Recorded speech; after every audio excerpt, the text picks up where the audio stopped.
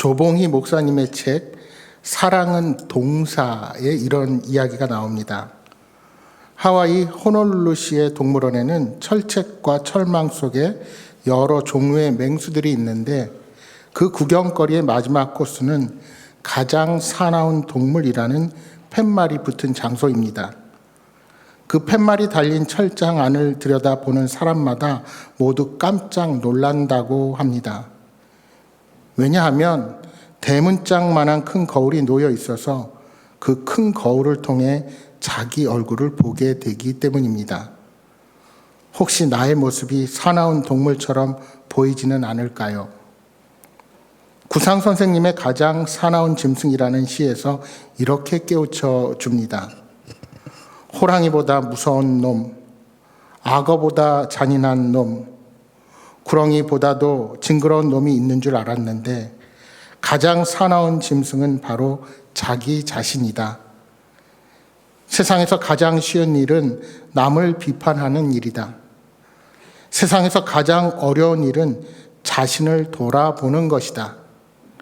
아직도 저 거울 속의 주인공이 아닌 아들아, 내가 성인이 되어도 저 동물원 거울을 보고 놀라지 않았으면 좋겠구나. 누군가가 비난당하고 욕을 먹을 때 은근히 쾌감을 느끼는 심리작용이 있습니다. 누군가가 실패했을 때, 불행에 빠졌을 때, 사고를 당했을 때, 저 친구 잘 됐구먼, 한 번쯤은 된통 혼나야 해라고 생각되는 삐뚤어진 심리가 마음 깊이 있는 것입니다. 여러분은 어떠십니까? 우리 내면에는 이러한 악한 마음이 전혀 없으십니까? 죄를 가진 인간의 마음에는 이러한 강팍한 마음이 있기 마련입니다. 따라서 때론 우리가 적극적으로 악행을 저지르지 않아도 비겁하게 악행을 보고도 모르는 척한다면 결국 불의의 편에 서는 것입니다. 여러분, 예수님께서 십자가를 지실 때 법적 책임이 있었던 빌라도가 그랬습니다. 정의를 위해 싸울 용기가 없고 옳고 그른 것을 바르게 분별하고 판결하지 않으면 비겁한 자가 되고 결국에는 사탄의 도구로 전락하고 마는 것입니다. 오늘 본문에 등장하는 빌라도라는 인물이 어떤 배경을 가진 사람인가 하는 것을 살펴보면 왜 그가 그러한 불의한 판결을 내리게 되었는지 이해하기가 쉽습니다.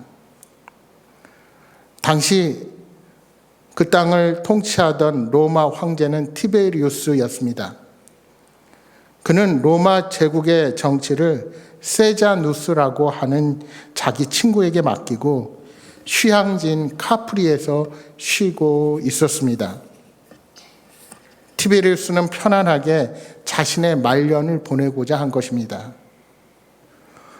세자누스라는 사람은 그 자리에 오르기까지 수단과 방법을 가리지 않았던 아주 교활한 사람이었습니다. 그는 그 자리에 오르기 위해 황제 티베리우스의 아들까지 아무도 모르게 제거했습니다. 황제는 그것도 모르고 그에게 권력을 맡겼습니다. 이제 실질적인 권좌에 오른 세자누스는 그 당시 로마의 요충지였던 유대 총족을 누구를 보낼 것인가 고민하다가 자기의 친구인 교활한 빌라도를 보냈습니다. 역사가 필로는 빌라도가 고집이 세고 성질이 고약하고 아주 무자비한 사람이라고 평했습니다. 그러나 세자누스는 상관이 없었습니다. 왜냐하면 자신의 권력만 유지하면 되었기 때문입니다. 그는 친구에 대한 모든 것을 알고도 그를 유대 땅에 보내어 다스리게 했습니다.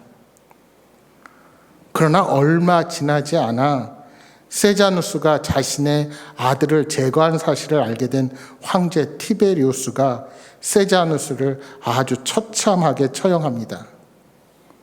황제는 세자누스의 코를 깨어 길거리에 끌고 다니게 한 후 그를 처형합니다.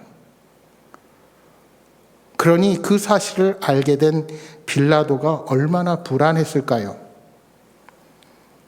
자신의 친구 덕에 로마의 요충지인 유대 땅에 와서 총독이 되었는데 이제 세자누스가 처형을 당했으니 그가 기댈 언덕이 사라지고 만 것입니다. 이렇게 빌라도가 불안한 마음으로 유대 땅을 통치하고 있을 때 유대인들이 예수님을 데리고 온 것입니다. 유대인의 명절을 맞아 예루살렘에는 평소보다 10배나 많은 사람들이 모이게 되었습니다. 그러자 빌라도 총독은 질서를 유지하기 위해서 예루살렘에 있는 자신의 관저에 거주하면서 유월절을 보내고 있었습니다. 그러한 때 한참 바쁠 유대고 지도자들이 뵙기를 청한다는 소식이 왔습니다. 그것도 70명이 넘는 장로들이 예복을 갖추어 입고 한 죄수를 둘러싼 채로 그에게 온 것입니다. 그 죄수의 부은 얼굴과 이미 나 있는 상처, 그리고 몸에 말라붙은 피로 보아서 많은 학대를 받은 것이 분명했습니다. 왜 그렇게 유대인의 사내들인 공회는 자신들의 악한 뜻대로 예수님을 처형하지 못하고 굳이 빌라도에게 찾아왔을까요? 그것은 그들에게 종교적인 죄에 대한 사법적 권한은 있었지만 사형에 대한 권한은 오직 로마에게만 달려 있었기 때문입니다. 그들이 아무리 예수님을 신성 모독죄나 안식일을 범한 죄목으로 고소한다 할지라도 사형 집행을 그들 스스로 할 수는 없었던 것입니다. 그러니까 종교 지도자들이 빌라도에게 온 목적은 너무나도 분명했습니다. 예수님을 반드시 십자가에 달리게 하는 겁니다. 그래서 예수가 하나님의 아들이 아니라 하나님께 저주받은 자임을 백성들에게 증명하고자 한 것입니다. 요한복음 18장 29절 이하 31절 상반절에는 빌라도의 마음을 이렇게 전합니다. 그러므로 빌라도가 밖으로 나아가서 그들에게 말하되 너희가 무슨 일로 이 사람을 고발하느냐? 대답하여 이르되 이 사람이 행악자가 아니었더라면 우리가 당신에게 넘기지 아니하였겠나이다. 빌라도가 이르되 너희가 그를 데려다가 너희 법대로 재판하라. 여러분, 이렇게 말한 빌라도의 마음을 이해하실 수 있겠습니까? 그는 이렇게 민감한 일, 유대인들의 골치 아픈 문제에 개입하면 안 되겠다 하는 생각을 했던 것입니다. 하지만 유대인들은 이미 예수를 죽이기로 작정했습니다.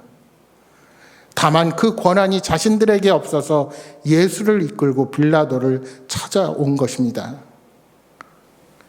사실 당시 로마의 입장은 종교 문제에 관해서는 유대 민족들이 스스로 결정하도록 식민지 지역의 종교를 그대로 인정하고 상관하지 않는 것이 보통이었습니다.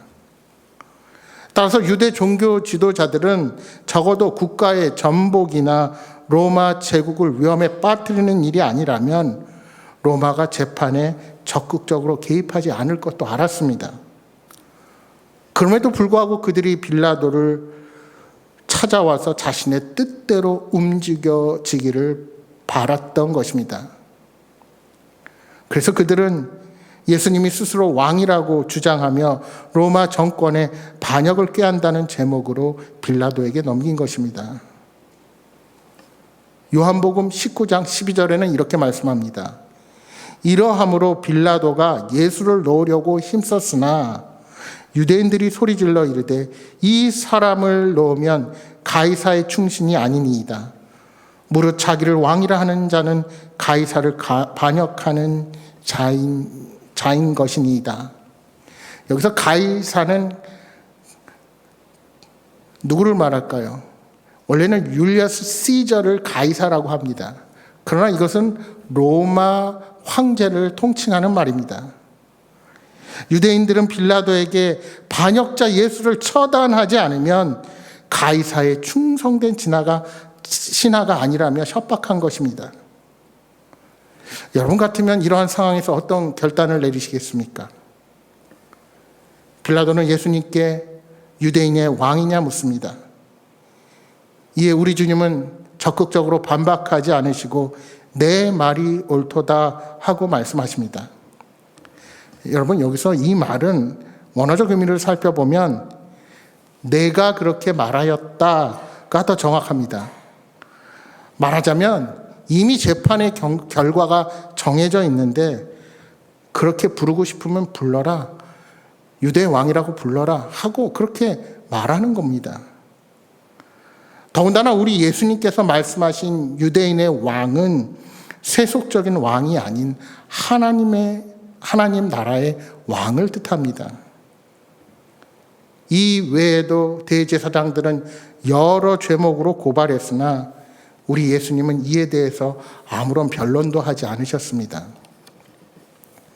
여러분, 일반적으로 재판에서 피고인은 자신의 무죄를 증명하기 위해 적극적으로 변론을 합니다. 하지만 예수님은 빌라도의 신문이 십자가 고난의 길을 위한 필연적인 과정임을 아셨습니다.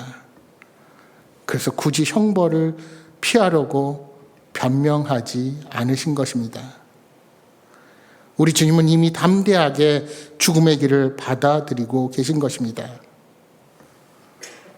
빌라도 또한 예수님이 무죄라는 것을 알지만 자신이 풀어주었다는 책임을 피하려고 한 가지 방안을 생각합니다. 자신의 관저에 갇혀 이제 사형의 날만을 기다리는 아주 흉악한 죄인 바라바를 떠올린 것입니다. 유월절 기간에 죄수한 사람을 특사로 보내주게 되어 있었습니다. 우리로 말하면 3.1절이나 광복절에 특사를 사면하는 것처럼 말입니다. 아마도 빌라도는 적어도 그렇게 흉악한 바라바와 예수를 경쟁시키면 그래도 하나님을 믿는 무리들이 살인자보다는 예수를 풀어주고자 할 것이다 생각했습니다. 말하자면 빌라도는 일석이조를 노린 것입니다. 자기를 싫어하는 유대인들의 비위를 맞추어 바라바도 처형하고 명절의 전례도 지키는 2마리 토끼를 다 잡으려 했던 것입니다. 그런데 놀랍게도 빌라도는 자신의 생각이 틀렸음을 곧 깨닫게 됩니다. 무리들이 예수님을 택하지 않고 바라바를 풀어주라고 요청한 것입니다. 이미 종교 지도자들에게 선동된 무리는 누가 정말 죄인인지 판단하지 못하고 소리치면서 바라바를 놓아달라고 요구하는 것입니다. 여러분, 이러한 요구에 빌라도가 뭐라고 합니까? 12절에 그러면 너희가 유대인의 왕이라 하는 일을 내가 어떻게 하랴 말하지요. 판결을 유대인들에게 너희들 뜻대로 내리게 하라는 겁니다. 그는 이미 공의로운 판결을 내릴 의향이 없었습니다. 군중들의 압력, 자신을 둘러싼 사람들의 견해를 아무런 비판 없이 따랐던 것입니다. 그리고는 자신의 확신과는 반대되는 결단을 내리고 만 것입니다. 14절에 빌라도가 어찌 미냐 무슨 악한 일을 하였느냐 하니 군중들은 더욱 소리를 지르며 십자가에 못 박게 하라고 소리칩니다. 그러자 빌라도의 행동은 더욱 악해지지요. 15절 말씀입니다. 빌라도가 무리에게 만족을 주고자 하여 바라바는 놓아주고 예수는 채찍질하고 십자가에 못 박히게 넘겨주니라. 예수님께 죄가 없다는 것을 알면서도 군중들의 요구에 따라 십자가형을 처한 것입니다. 이제는 옳고 그름이 중요한 것이 아니라 무리에게 만족을 주고다 양심을 아예 저버리는 행동을 하게 된 것입니다. 여러분, 대중이 함께 모여 있을 때 얼마나 악랄해질 수 있는지를 잘 드러내는 본문입니다. 모여 있는 무리는 쉽게 현혹되며 무엇이 옳고 그른지를 판단하지 못합니다. 여러분, 빌라도만 그렇습니까? 오늘 우리들은 어떠합니까? 세상이 말하니 우리도 따라서 말하고, 세상이 선택하니까 우리도 그대로 맹목적으로 선택하고, 세상이 보여주는 것, 유행에 따라 비판 없이 추종하는 일은 없으십니까? 성경에서는 이 세상에서 우리가 경계해야 할 가치관의 함정이 도사리고 있다고 우리를 가르칩니다. 그래서 그리스도인의 삶의 원리 중에 가장 중요한 원리 중에 하나로 바울 사도는 너희는 이 세대를 본받지 말라고 말씀하셨습니다. 세상은 무지한 군중들에 의해 이리저리 휩쓸린다 할지라도 성도는 반드시 무엇이 옳고 무엇이 그른가에 대한 분별력을 가져야 합니다. 콘스탄티노플의 초대 유명한 설교자이다 교부였던 크리소스톰은 교회 지도자로 있을 때 사회 미풍양속을 해치는 부도덕한 모든 일들을 거부하기로 결정했습니다. 그러나 그 일은 많은 사람들에게 중요한 것으로 받아들여지고 있었던 것이기에 격렬한 반대에 부딪히게 되었습니다. 그때 지도자 한 사람이 찾아와서 말했습니다. 큰일 났습니다. 온 세상이 우리를 반대하고 있습니다. 라고 보고를 했습니다. 그때 크리소스톰은 교회사에 길이 남는 유명한 말을 남겼습니다. 온 세상이 우리를 반대한다고? 좋다. 그러면 우리가 온 세상을 반대하면 되지. 내가 온 세상을 반대하리라. 내가 온 세상을 반대하리라. 사랑하는 여러분, 우리는 이러한 신앙의 선배들처럼 결단하며 이 땅을 살아가고 계십니까? 우리는 세상과 적당하게 타협하면서 살아가고 있는 것은 아닙니까? 결과적으로 너무나 쉽게 또 너무나 신속하게 우리가 생명처럼 여기는 기독교적 가치관을 포기하고 내 이익과 유익을 위해서 타협하며 이 땅을 살아가고 계신 것은 아니십니까? 자녀들을 기를 때도 자녀들의 가치관 교육이 성경적으로 제대로 되지 않으면 몹시 흔들리는 우리의 자녀들의 모습을 보게 됩니다. 여러분, 이제 기독교는 이 한국 사회의 주류가 아니라 소수가 되어가고 있습니다. 만약 신앙의 바른 가치관이 아이들에게 전수되지 않는다면 점점 우리의 자녀들은 예수 그리스도께서 가르쳐 주신 모습과는 멀어지게 될지도 모릅니다. 제가 다음 세대 얘기하니까 우리 어르신들 중에 우리도 좀 봐주세요 하는 분들이 계십니다. 여러분, 다음 세대를 키우자는 것은 다음 세대에게만 집중하자는 얘기가 아닙니다. 우리가 신앙 앞에 바로 서 있을 때, 우리가 영적으로 하나님을 가장 중요하게 여긴다는 것을 우리의 자녀들이 알았을 때 다음 세대는 그대로 본받게 되어 있습니다. 더욱 부모 세대가 정신을 차리고 선과 악을 분별하는 지혜가 오늘 필요한 것입니다. 우리가 무엇을 하고 어떤 문제 앞에 서게 되었을 때라도 신앙적인 양심을 가지고 옳고 그름을 판단하는 지혜를 하나님 앞에 구해야 합니다. 종교개혁자 마르틴 루터는 보름스 국회에서 황제 재판을 받은 적이 있습니다. 황제는 루터가 종교개혁을 주창하며 비텐베르크 대학교 교회 정문에 내걸었던 95개조 반박문을 취소할 수 있겠느냐고 물었습니다. 취소하면 살 것이고 그렇지 않으면 처형할 수밖에 없다 하는 최후의 통첩이었습니다. 이때 루터가 남긴 유명한 말이 있습니다. 나의 양심은 하나님 말씀에 사로잡혀 있습니다. 나는 아무것도 취소할 수 없습니다. 왜냐하면 양심에 반하는 것은 옳지 못하고 완전한 일이 아니기 때문입니다. 내가 여기 서 있나이다. 나는 다른 일을 할 수 없나이다. 오 하나님 나를 도와주소서.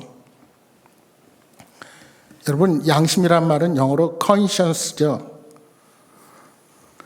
이 말은 라틴어 conscientia에서 온 말인데요. 이 conscientia는 콘과 첸치아의 합성어입니다. 영어로 말하면 콘이 함께란 뜻이 있고 뒤에 conscience 할 때 science가 사실은 science란 뜻이 있어요. science가 뭡니까? 과학이죠. 그 뜻에는 알다라는 의미가 있습니다. 함께 알다가 conscientia, conscience입니다. 그러니까 양심이란 내가 알고 하나님께서 함께 아신다는 뜻입니다. 루터는 하나님 앞에 서 있다고 했습니다. 이 사실이 옳다는 것을 내가 알고 하나님이 아시는데 내가 부인할 수 없다는 것을 선포한 것입니다. 그리고 그 결과도 하나님께 맡기고 있는 것입니다. 그렇습니다. 양심은 하나님께서 아신다는 생각, 그리고 내가 하나님 앞에 서 있다는 생각을 가질 때 지킬 수가 있습니다. 하나님께서 아시는 것을 내가 부인할 수 없고 양심을 따라 살아갈 때 그 결과를 하나님께서 책임지신다는 믿음을 가질 때 우리는 어떠한 상황 속에서도 이 양심을 지켜낼 수가 있는 것입니다. 여러분 사실 빌라도의 재판이 얼마나 잘못된 재판입니까? 성경 역사상 가장 잘못된 판결이 바로 빌라도의 재판입니다. 그 까닭이 몇 가지 있죠. 첫째로 인간이 하나님을 심판한 재판이기 때문입니다. 피조물인 인간이 창조주 하나님을 재판했으니 이 얼마나 어이가 없는 일입니까? 하나님의 심판대 앞에 서야 할 인간이 오히려 하나님의 자리에 앉은 것이나 마찬가지입니다. 그런데 오늘날 많은 사람들이 그렇지 않습니까? 인간이 최고요. 인간이 세상을 다스린다는 생각하에 하나님의 자리에 앉아서 하나님이 없다고 말하는 것입니다. 둘째로 빌라도의 재판은 죄가 하나도 없는 분을 가장 극악한 십자가 사형틀을 지는 판결을 한 것입니다. 우리 주님은 죄가 하나도 없는 분이셨는데 죄가 없는 그분이 가장 큰 죄악을 지은 사람에게 내리는 십자가형에 처해지게 된 것입니다. 세 번째로 빌라도의 재판은 정당한 법적 근거도 없이 여론에 밀려 재판한 오심이었습니다. 여러분 누가복음 23장 4절에 보시면 빌라도는 예수님에게서 죄를 찾아내지 못했다고 말씀합니다. 예수님께서 예루살렘 성에 입성하실 때 호산나를 부르며 따르던 무리들은 다 어디 가고 종교 지도자들의 충동질에 군중들은 바라바를 놓아달라고 외쳤습니다. 여러분 우리는 어떤 행동에 앞서 하나님의 뜻 안에서 선악을 판단해야 합니다. 단지 많은 사람들이 선택한다는 이유로 또는 명망 있는 사람, 유명한 사람들이 주장한다고 무조건 현혹되어서 하나님의 뜻을 헤아리지 못하고 여론에 밀려 결정해서는 안 됩니다. 그런데 죄악 가운데 있는 인간은 자신의 잘못들을 다른 사람에게 전가하기 바쁩니다.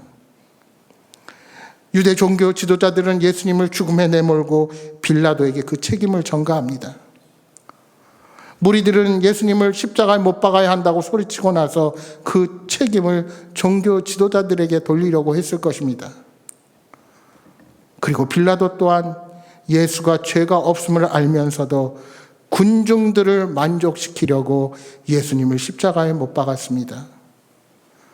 그러니까 예수님에 대한 재판은 처음부터 그 결과가 정해져 있었던 것입니다. 그 재판은 예수님의 유무죄와는 상관없는 정치적인 재판임을 알았고 정의가 아닌 자신이 유리한 쪽에서 결론을 내리려고 했던 것입니다. 처음에 빌라도는 정치적인 부담을 갖지 않으면서 예수님을 풀어주고자 했습니다. 그러나 예수님 대신 바라바를 석방하라는 유대 군중들의 외침 앞에 불의한 결정을 내리고 만 것입니다.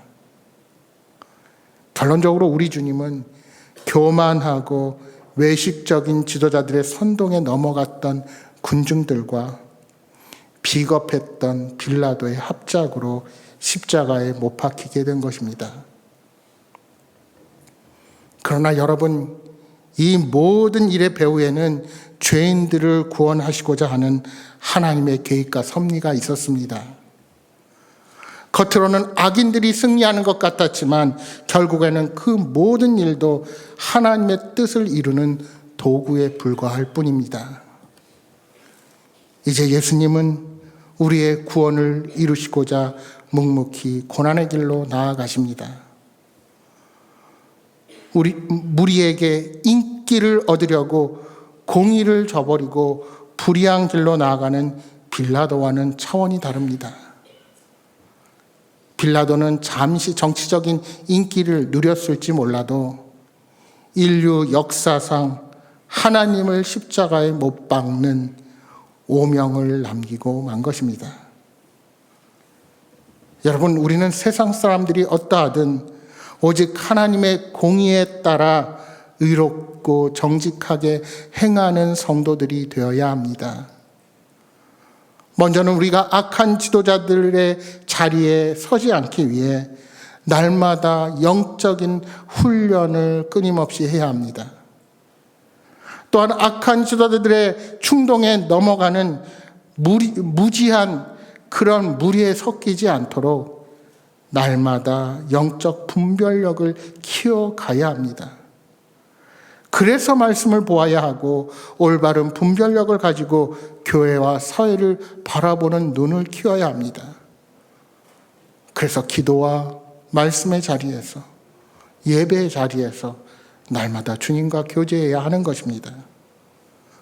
바라기는 불이익이나 위험 앞에 굴하지 말고 예수님처럼 옳은 것을 선택하는 믿음의 사람들이 되기를 바랍니다. 사랑하는 여러분, 죄 없이 십자가의 희생의 길을 걸어가신 주님의 마음을 본받는 복된 사순절의 기간이 되시기를 주님의 이름으로 축복합니다.